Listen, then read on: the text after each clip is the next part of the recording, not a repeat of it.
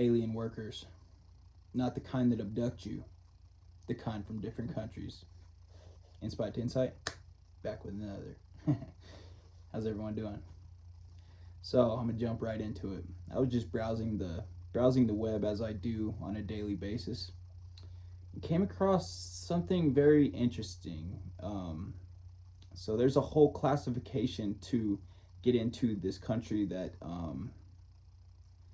it's a whole ass classification about a person being having extraordinary ability, and they can be in the immigrant program. All you have to do is have a petitioner, or be that, like, they can literally petition themselves as having an extraordinary ability and get into this country.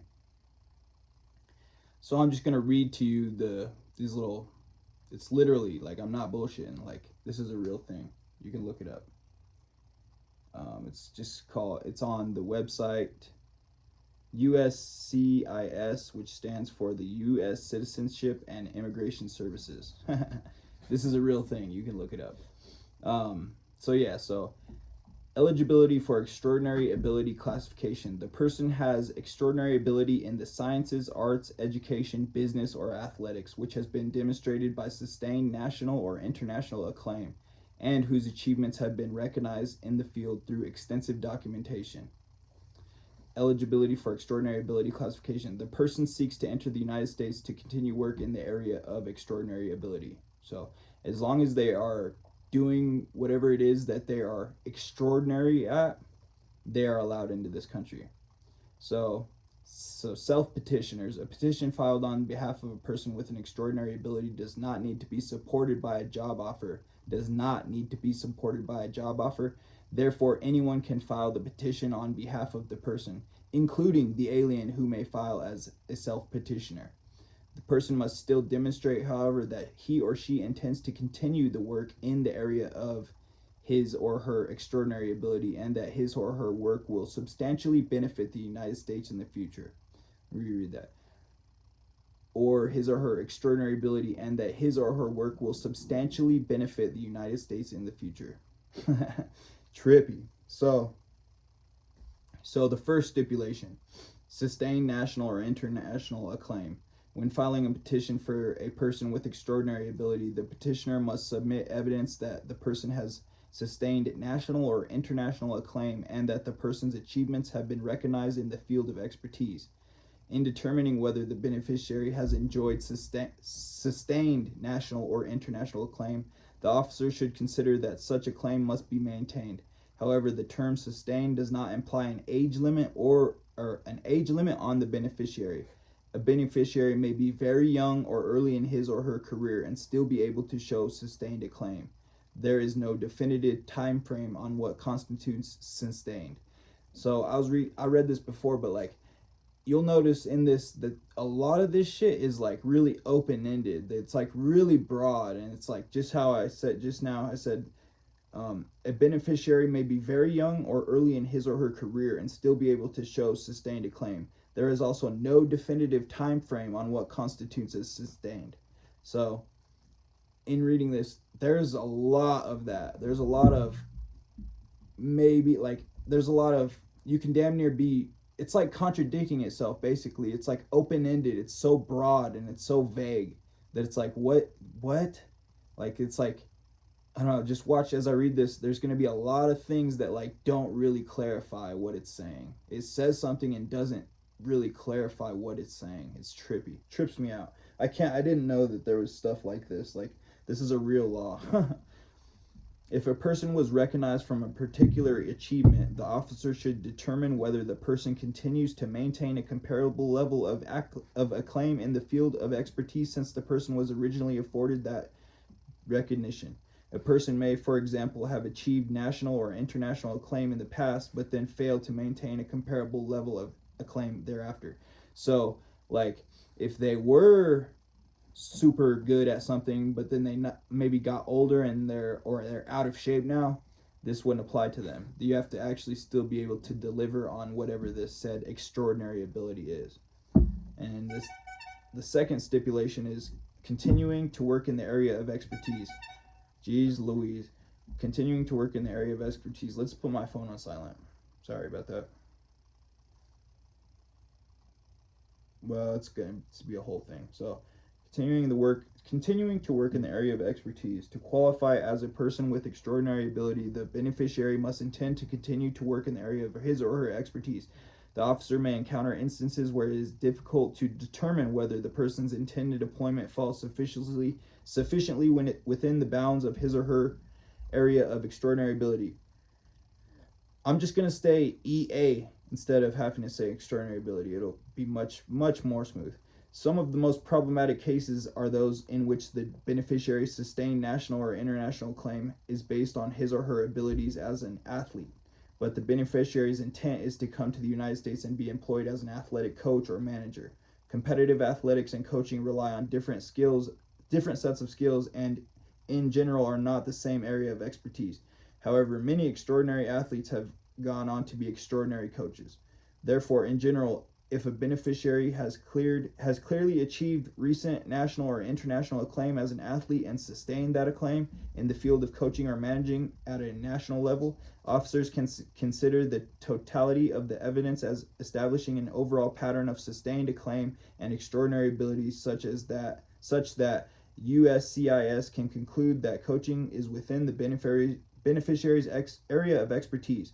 So basically, if they want to be a coach and they were a coach before, they can still be a coach. That was all that to just say that.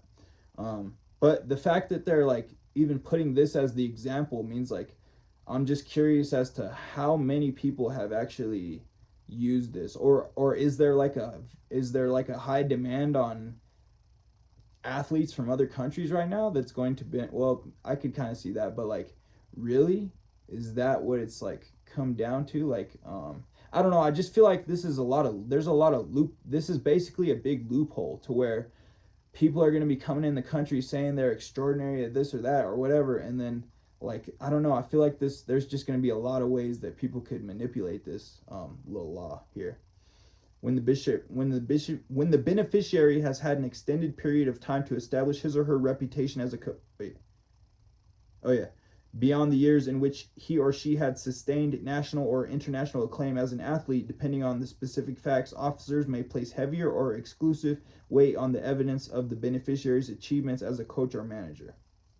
So it's saying here that they had to be an athlete, sustained national or international acclaimed athlete, and then they can be a coach. But they're going to place more stipulations on them, I guess.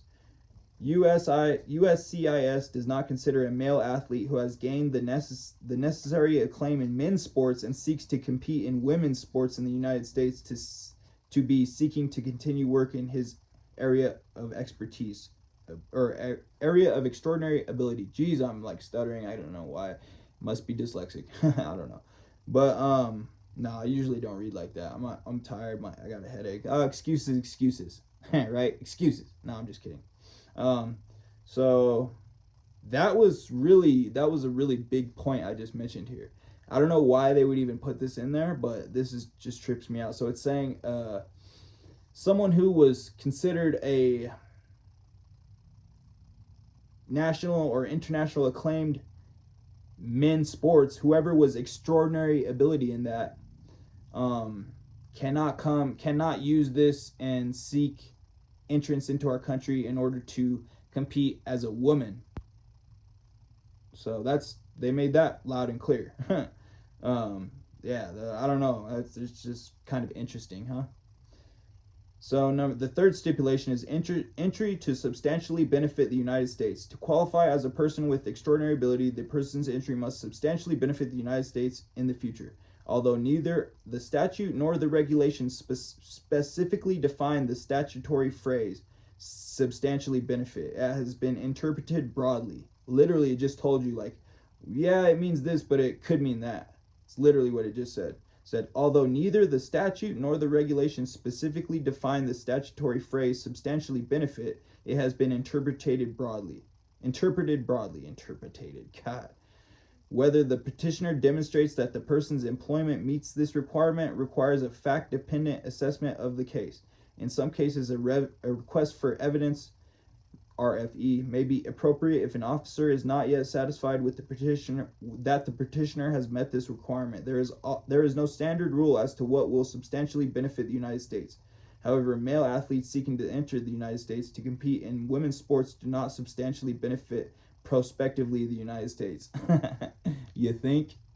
Well, I mean that they definitely would if the dude was coming over here and competing in women's sports. That would probably benefit the United States, but it would definitely be a big ego blow. I wouldn't really want that to represent the United States, but hey, whatever floats their boat, I guess.